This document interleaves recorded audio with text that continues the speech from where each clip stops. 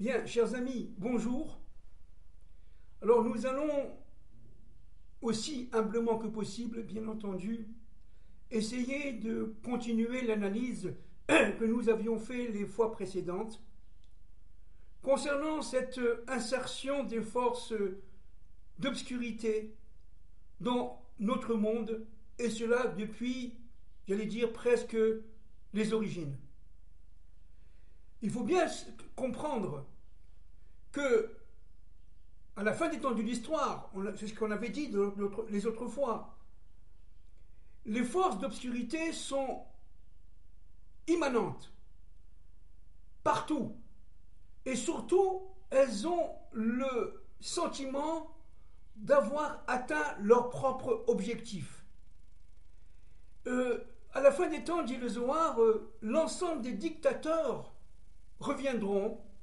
Évidemment, on pourrait être jugé par Dieu, mais dans un premier temps, ils reviendront pour conquérir leur monde.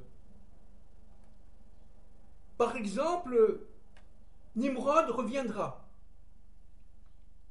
Par exemple, Pharaon reviendra. Et d'ailleurs, entre parenthèses, les forces de Pharaon reviendront d'une manière totalisante, extrêmement enfouie dans les parcours de l'ensemble de nos systèmes, de l'ensemble de nos idéologies. Elles vont véritablement se retrouver dans l'ensemble des pouvoirs, que ce soit le pouvoir politique, le pouvoir économique et le pouvoir social, avec, bien entendu, le pouvoir spirituel. Alors, je voudrais, là, me référer à un livre qui est très très ancien, qui a été écrit par quelqu'un qui, en tant qu'écrivain, m'est très cher. Il s'appelait Josué Jéhouda. Josué Jéhouda était un juif suisse qui, dans les années 50, a écrit de nombreux livres, notamment, je vais vous les rapidement citer, Israël et la chrétienté, le sionisme et le messianisme, et ce livre de référence, encore une fois qui est très ancien, qui s'appelle L'antisémitisme, miroir du monde. Vous voyez, l'antisémitisme, miroir du monde, paru aux éditions Synthesis à Genève, dans les années 50. À la page 89, cet écrivain dit la chose suivante. Regardez par rapport à aujourd'hui. L'antisémitisme. Regardez ce qui se passe aujourd'hui dans les réseaux sociaux, à l'ONU, même au niveau des gouvernements. Regardez ce qui se passe à La Haye aujourd'hui, avec cette Cour européenne de justice, Cour pénale internationale aussi. Regardez ce qui se passe, bien entendu, au niveau des officiels, des officialités. On passe, si vous voulez, de la lumière aux ténèbres très très vite.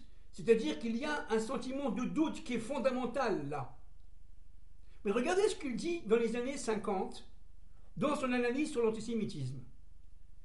L'antisémitisme, je cite, d'origine païenne, procédait dans l'Antiquité, et moi je rajoute dans notre monde aussi, de trois mobiles.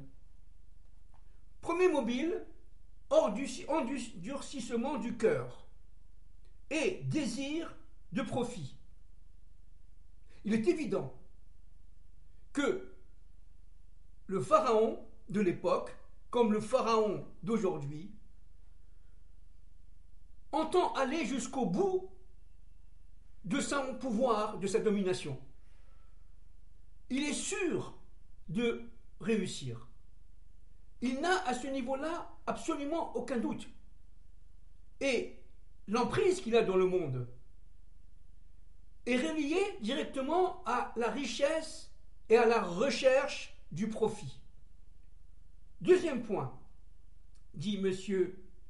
Yehuda, impérialisme et volonté de puissance, comme Nimrod, dit-il, comme Babel, comme la Syrie, comme Rome, je cite.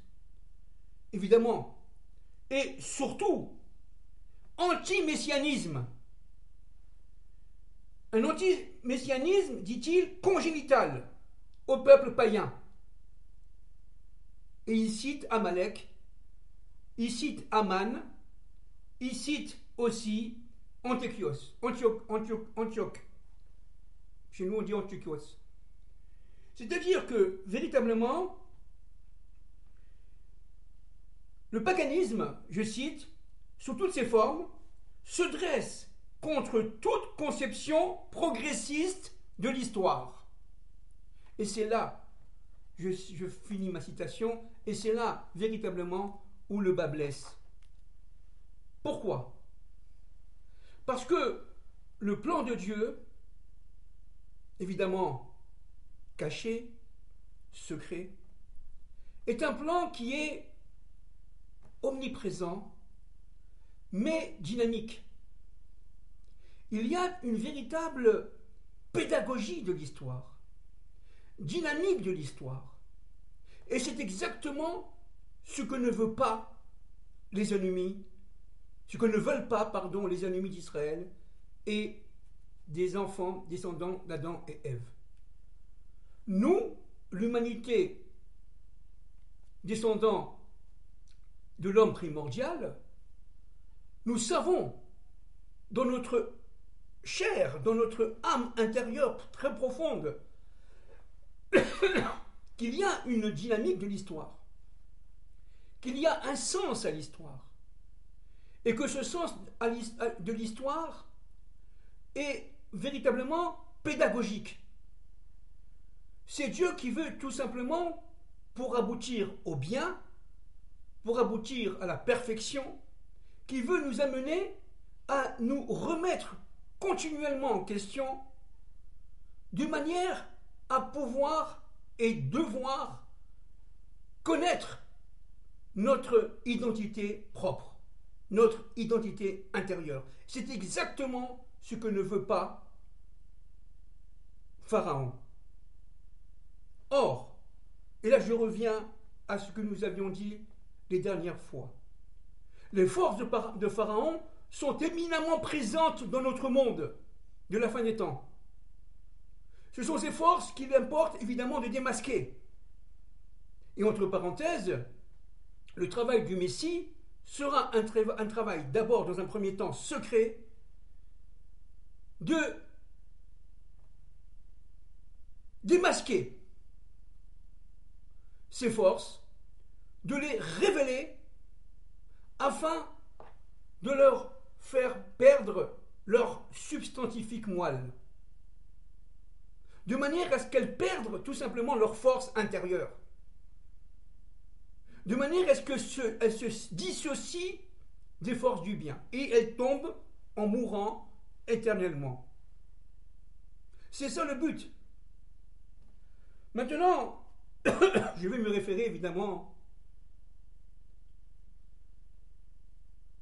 à nos sources, dont notamment M. Onstott, qui est américain, qui a fait évidemment de nombreuses études. Il s'appelle, je répète, Scott Onstott. Je répète qu'il a été traduit par une traductrice qui se fait nommer Jeanne. Évidemment, ce n'est pas la seule source. Mais moi, je me suis humblement référé à ces sources parce que je sais qu'elles sont fiables. Qu'elles sont fiables. Et que dit M. Onstott à partir des études qui ont été faites auparavant, bien entendu. Je vais essayer de me coller un peu au texte pour expliquer. Il dit d'abord une chose très importante, que la ville de Washington, lorsqu'elle a été créée, elle a été créée bien entendu par des chefs francs-maçons, mais elle a été créée avec surtout le souci de se coller aux sources thoraïques. Et, disent, par exemple, je cite M. David Ovason, dans The Secret Architecture of Your Nation, le secret architectural de notre nation, il parle d'Amérique, ce monsieur Ovason dit que Washington DC est en fait, d'une manière codée, féru de forces séphirotiques. C'est-à-dire que, en fait, si on sait regarder notamment le centre-ville, on s'aperçoit que, en fait, les sphirotes de la Torah, inscrites dans le Zohar, dans la Kabbale, sont d'une manière extrêmement sournoise, cachées, bien entendu, présentes dans la géométrie, la géographie d'emplacement des bâtiments. Regardez ce qu'il dit. Pardon. À la place du Da'at, vous avez Keter, d'accord, Chesed, la Gvura, et le Da'at dans les Sphirotes. Il dit qu'à la place du Da'at se trouve le point Scott, la place Scott. Et cette place Scott qui prend la forme, je cite, d'un Y de Pythagore. Ce Y de Pythagore indique la confrontation à un choix symbolique entre le bien et le mal. Or, nous savons que le Da'at est lié directement à la connaissance intérieure des événements. Il dit aussi que la ville de Londres, après son incendie, vous savez que Londres a été incendiée en 1666, la ville de Londres a été primitivement planifiée, mais cela ne s'est pas fait, selon l'arbre séphirotique de la Kabbale. Cela à travers, et là on va rentrer un tout petit peu dans les détails, excusez-moi aujourd'hui je tousse un peu, on va rentrer dans les détails là, d'une connaissance ésotérique égyptienne, toujours à partir des déesses et des dieux égyptiens. Nous sommes dans, évidemment, l'idolâtrie. Et Isis, déesse égyptienne, qui va se marier avec Osiris et qui va enfanter Horus. Horus, dont l'œil d'ailleurs se retrouve au-dessus de la pyramide de $1. Alors il y en a qui disent que c'est Isis, vous voyez ici, et il y en a qui disent que c'est Horus. Eh bien,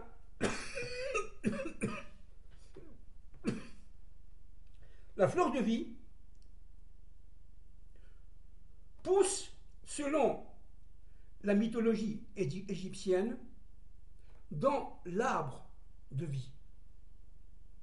Il y a ici une sorte de confiscation. La source de vie sort et s'intègre dans une fleur qui s'appelle l'iris, qui était la fleur préférée d'Isis et qui est, si vous voulez, représentée par, dans le langage codé égyptien, 6 cercles, je cite, qui s'emboîtent parfaitement autour d'un 7e cercle central. Alors pourquoi c'est fondamental? Parce que, une fois développé, ces 7 cercles forment un diagramme traditionnel,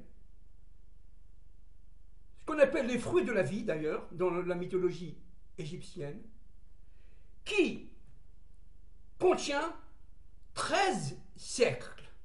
13 cercles. Alors,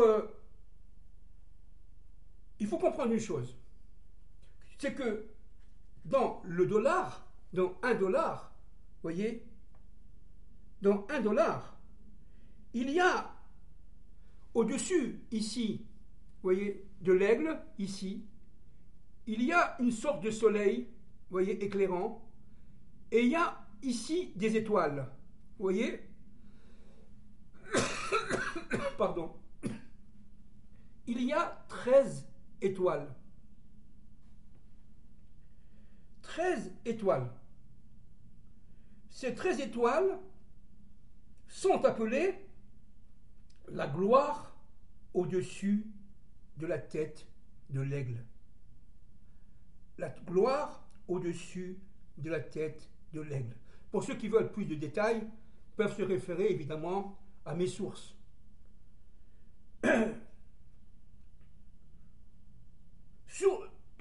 Sur le grand sceau, il y a 13 étoiles de gloire, on vient de le dire. Je cite. Dans les griffes de l'aigle, regardez, les griffes de l'aigle, c'est là, voyez? Dans les griffes de l'aigle, ici, dans les griffes de l'aigle du $1, se trouvent 13 flèches, 13 feuilles sur les branches, contenant, je cite, 13 olives et 13 bandes sur le bouclier en représentation de 13 coloris. Il faut savoir, avant que je commente, que le 13e degré de la hiérarchie écossaise est appelé l'arche de Salomon. Vous voyez, il y a ici une sorte de confiscation de l'arche sainte du premier temple de Jérusalem. Alors, je voudrais ici commenter 13 signifie en gematria, en valeur numérique, Echad. Mais aussi Ahava. Echad, ça veut dire un.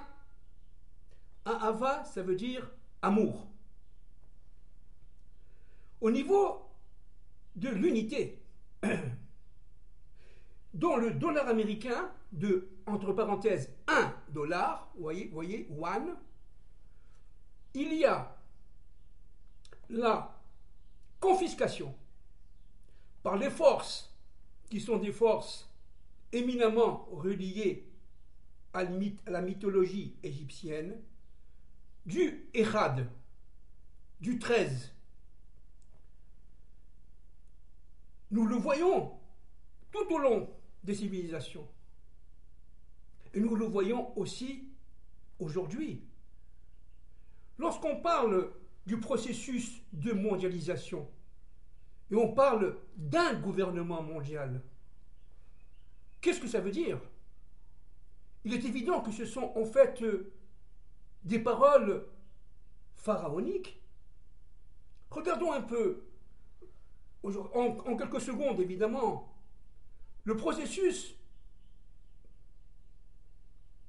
industrialiste depuis la fin du 19e siècle jusqu'à aujourd'hui. Il y a eu une concentration plus que éhontée des mécanismes de production. On passe des PME, des PMI, des petites et moyennes entreprises, depuis des petites et moyennes industries, à la grande industrie, à la grande entreprise. Et de la grande entreprise, en général familiale à l'époque, on parle de l'entreprise Peugeot, Citroën, etc. Eh bien, de la grande entreprise, il va y avoir une entreprise multinationale. Regardez, multinationale. Dans cette entreprise multinationale, il y a encore, au niveau de la production industrielle et post-industrielle, y compris les services, il y a les nations. On parle de multinationales. Puis, progressivement, pardon, il va y avoir l'apparition de firmes mondialistes, où on va véritablement confisquer la capacité de production nationale au détriment des producteurs nationaux, mais au profit d'une entreprise qui n'a plus de lien avec telle ou telle nation. Les capitaux sont disséminés dans le monde, dans les paradis fiscaux, etc. Et véritablement, elles vont agréger un super profit au jour le jour, d'un chiffre d'affaires, c'est-à-dire un volume des ventes tellement énorme que certaines d'entre elles auront un chiffre d'affaires supérieur au budget général de la France. Je ne sais pas si on s'en rend compte. On parle ici d'entreprises. Elles ne sont plus du tout nationales. Elles ne sont plus américaines, en fait. Elles ne sont plus européennes. Elles ne sont plus japonaises. Elles ne sont même plus chinoises. Elles sont mondialistes. Donc le but, c'est de récupérer cette production de manière à unifier au maximum cette production afin d'en déterminer le pouvoir économique, le pouvoir monétaire. Et c'est la même chose au niveau du marché financier. Toutes les réformes du marché financier depuis la fin du 19e siècle, le début du 20e siècle, sont des réformes qui ont amené véritablement à la monopolisation des forces de marché financier afin de dominer le capital des entreprises dans un premier temps, puis l'ensemble des capitaux érigés par les travailleurs, par le travail, et qui est normalement alloué à la retraite, c'est-à-dire à une forme de placement, qui est des placements évidemment en retraite, qui sont utilisés, manipulés, contrôlés au jour le jour par certains qui se permettent d'utiliser l'argent des autres à leur propre profit. Donc nous sommes là véritablement dans le monde, regardez ce qu'a dit M. Jouando tout à l'heure, M. Géouda, tout à l'heure, en disant que les forces de Pharaon sont reliées directement par l'appât du gain, par le profit. Et ils sont sûrs d'arriver à la victoire. Dans le monde de la mondialisation qu'on vit aujourd'hui, avec un gouvernement mondial, il y aura des masses qui lui seront assujetties. Des masses difformes, qu'ils veulent d'ailleurs de moins en moins nombreuses. Ces masses qui perdront leur identité nationale, qui perdront leur identité propre, et qui seront assujettis à leur bon vouloir. Il est question maintenant de mettre des puces sur le front, des puces électroniques ou sur les mains, de manière à pouvoir être suivi tranquillement. Lorsqu'on achète avec la carte de paiement, pardon, lorsqu'on achète avec la carte de paiement, on est complètement contrôlé, notamment par les Américains.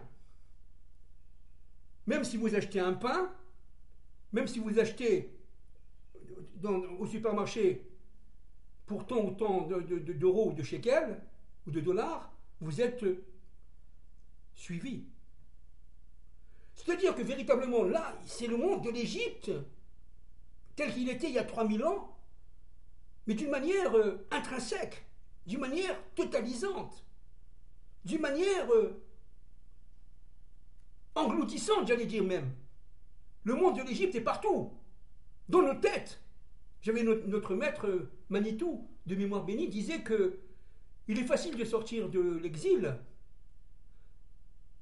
au niveau géographique, mais il est extrêmement compliqué, extrêmement difficile de sortir de sa propre Égypte. Parce que l'Égypte est en nous. Elle est dans notre psychologie. Elle est dans notre sentiment de mimétisme. On va copier l'autre. Donc on va tout simplement, de proche en proche, perdre notre propre identité intérieure. C'est exactement ce qu'ils veulent. Être esclave en Égypte, c'est aujourd'hui être un citoyen bon genre, qui travaille, mais qui subit le métro, boulot, dodo. Avec tel ou tel film, telle ou telle émission de télévision, qui va le cadrer, et c'est exactement cela le 13, le Erad. Un autre point très important là, c'est que il y a aussi le chiffre 72 qui apparaît.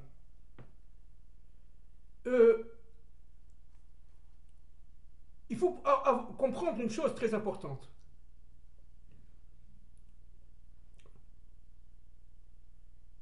George Washington, le fondateur des États-Unis d'Amérique, qui était un grand franc-maçon, un grand initié, se prenait carrément pour un dieu. Il se prenait carrément pour un dieu. Regardez, la rotonde, alors je cite, la rotonde du Capitole. Le Capitole, évidemment, c'est pas pour rien qu'il y a eu le problème du Capitole avec le président Trump il y a quelques années. D'accord ? La rotonde du Capitole fait figure du temple de Salomon au cœur de l'Amérique.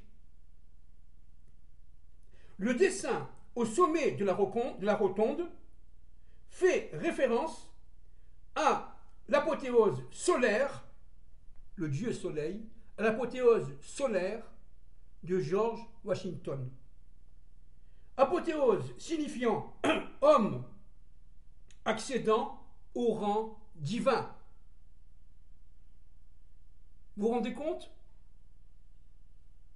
On va diviniser Washington, qui lui se prenait carrément comme un dieu, d'une manière secrète, bien entendu, d'une manière feutrée. George Washington est assis sur un arc en ciel, je cite, dans les nuages, entouré de 13 jeunes filles, et flanqué de la déesse de la liberté et de la victoire. Alors, je voudrais ici préciser un point fondamental. Pendant la Révolution française, on portait le bonnet phrygien. Pendant la Révolution française, ont été liés à cette diatribe liberté, égalité, fraternité. Eh bien, il faut savoir que Marianne,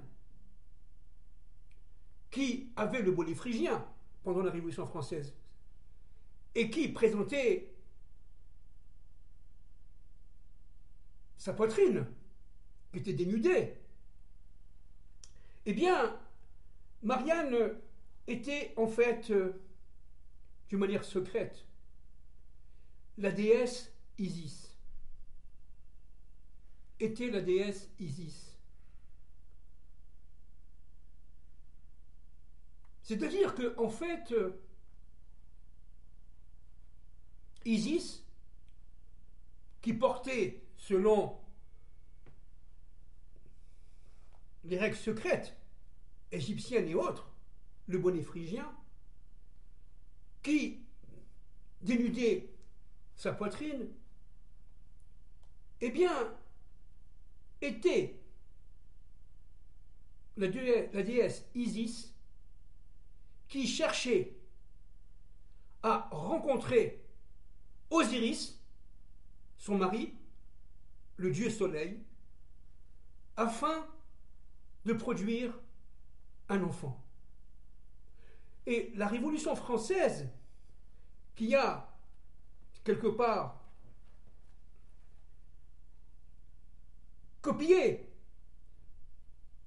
de deux côtés de l'Atlantique, regardez, vous avez Marianne avec le bonnet phrygien en France, mais vous avez aussi la Statue de la Liberté qui a été créée par les Français à la fin du XIXe siècle, enfin au milieu du XIXe siècle exactement, et qui a été transmise à la fin du XIXe siècle à New York, aux États-Unis. Vous avez ici l'emblème féminin de la liberté, la Statue de la Liberté. Pardon. Il faut savoir que la source spirituelle d'Isis se trouve dans son temple, même si aujourd'hui évidemment il n'existe plus, mais le point cosmique existe, à Alexandrie, en Égypte, où se trouvait d'ailleurs à l'époque antique le phare d'Alexandrie. Vous voyez, la lumière dans l'obscurité de la nuit.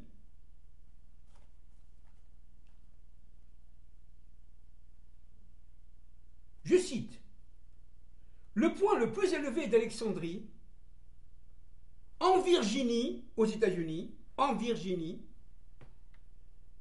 possède une réplique de l'ancien phare sous la forme de George Washington Masonic National Memorial. C'est complètement fou. Évidemment, la source, encore une fois, c'est Scott Onston. D'accord ? Je vous demande, vous pouvez, si ça vous intéresse, rentrer sur Internet, dans les réseaux sociaux, dans YouTube, et vous l'avez, en français.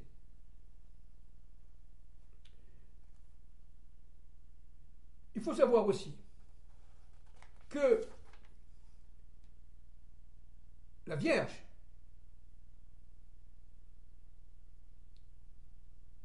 c'est pas moi qui le dis, n'est-ce pas, est une représentation ésotérique d'Isis.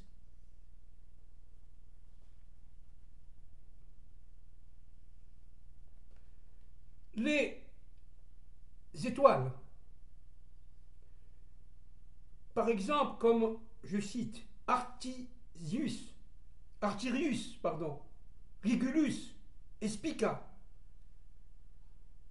relie un triangle terrestre reliant, dit M. Onstock, la Maison Blanche, le Capitole. La Vierge se trouve sur le triangle fédéral et le lion sur le Capitole.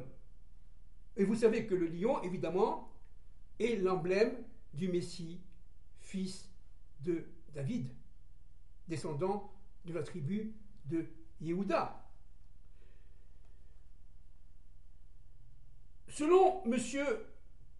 Jérôme Lalande, là je donne sa source, astrologue maçonnique du XVIIIe siècle, vous regardez comment les connaissances sont anciennes. La main droite de la Vierge pointe vers la Maison Blanche et sa main gauche pointe sur le Washington Monument. Alors, qu'est-ce que c'est que ce Washington Monument? Pour ceux qui sont partis à Washington le savent. C'est une sorte de colonne, vous voyez, comme un phallus. Comme un phallus. C'est-à-dire, véritablement, ici, le phallus d'or qu'a construit Isis pour Osiris, et avec laquelle elle a, évidemment c'est mythologique, bien sûr, avec laquelle elle a enfanté Horus, eh bien, se trouve sous la forme du Washington Monument. Vous comprenez? C'est-à-dire que véritablement ici, à Washington, au siège même, au lieu même de ce gouvernement mondialiste, aujourd'hui, il y a les forces égyptiennes, notamment dominées par la déesse, Isis, qui attrapent un phallus, qui est le Washington Monument, et qui, tout simplement, entend avoir un enfant. Et cet enfant, on le répète, c'est Horus, Dieu Soleil.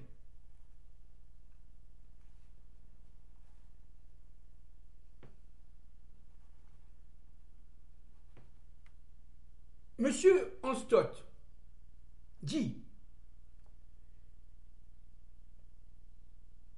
que le trajet entourant ce monument, qui est la forme d'un phallus, suggère les organes génitaux féminins.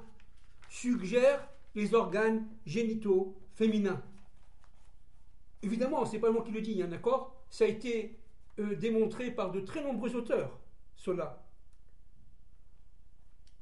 Pris ensemble, dit-il, ces symboles représentent l'union d'Osiris et d'Iris pour la conception du dieu soleil Horus.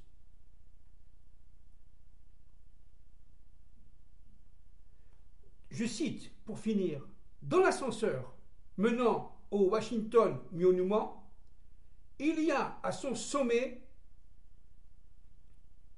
le disque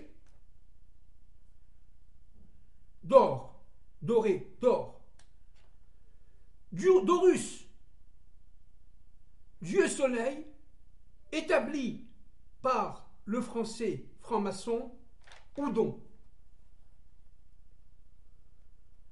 Je finis là parce que c'est très intéressant.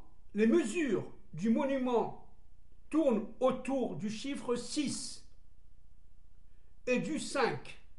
Vous savez que le chiffre 6 est lié pour nous, évidemment, au Vav, le lien entre le ciel et la terre, et le 5 est lié à la lettre E, Yud et Vav E, qui est présente dans notre monde, et dont une partie de la lettre a été déstructurée par la faute d'Adam et de Ève.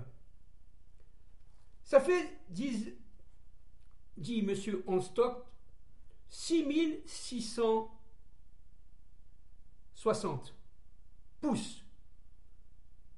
Donc vous avez ici le chiffre 666 chrétien, qui est égal à 555 pieds. Le pied étant une mesure, bien entendu, anglaise. 6660 pouces égale 555. Alors, pour finir là, il faut comprendre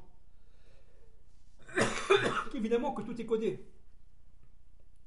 Ceux qui sont intéressés, vous pouvez vous référer à mes sources. Vous pouvez vous référer aussi au film Parisis. Et il y en a d'autres. Tous autant aussi sérieux les uns que les autres. Il y a ici un plan secret qui va engager, par l'intermédiaire aujourd'hui de la mondialisation et de tout ce qu'on vit, la déstructuration, le transgenre, etc., etc., qui va engager l'humanité vers non pas seulement une impasse, mais vers son autodestruction. Et ça, c'est absolument terrible. Il est évident que le Dieu, un maître de l'histoire, ne laissera pas se faire. Nous sommes à la veille d'événements déjà maintenant dans le Golfe Persique, les Américains attaquent les Houthis, etc. Il y a eu hier des attaques entre l'Iran et le Pakistan. C'est-à-dire qu'il est évident qu'avec l'Ukraine, c'est l'Europe qui est en jeu là, hein, qui est au centre de la trame, qui est au centre de la scène. Le conflit ukrainien est loin d'être fini. Donc il faut bien comprendre que ce qui est en jeu, ce n'est pas Israël seulement. C'est l'avenir de l'humanité tout entière. Et c'est, évidemment, la guerre de Gog et Magog qui s'annonce avec fracas, en tout cas sa dernière phase. Sa dernière phase. Et donc, il faut... Pardon, aujourd'hui je tousse, pardon. Il faut bien comprendre l'enjeu des événements que nous vivons. Il y a parfaitement un sens dans cette histoire, puisque Dieu est le maître des mondialistes. Dieu est le maître de Pharaon. Dans la paracha Bo, lorsque, on l'a dit l'autre fois, Moïse rechigne à aller voir Pharaon, Dieu lui dit, mais attends, n'aie pas peur, c'est moi qui suis dans la tête de Pharaon. C'est un plan, c'est tout. Donc on n'a pas peur. On sait que Dieu est partout. On sait que, intimement, en nous, que tout ça est pour le bien. Voilà, je vous souhaite que du bien. Nous continuerons la prochaine fois. Évidemment, tout ce que j'ai dit, tout ce que j'ai lu, ce ne sont que des exemples, bien entendu, parce que les informations sont pléthores, il y a énormément d'informations là-dessus. Je ne donne que des exemples et je ne cite que ce que je peux citer, en quelques secondes, bien entendu, en quelques minutes. Il est hors de question de dire tout, c'est pas possible. Il faudrait des milliers d'heures. Mais il faut comprendre quand même qu'avec ces clichés, il y a quand même un clin d'œil de Dieu.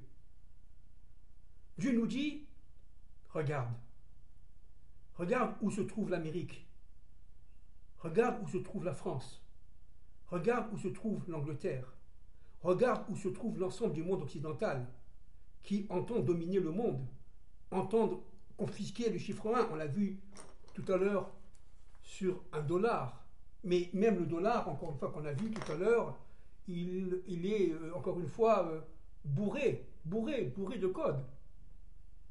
Et le dollar a été constitué par des chefs francs-maçons au milieu du 19e siècle. Voilà, je vous embrasse et que Dieu nous protège tous.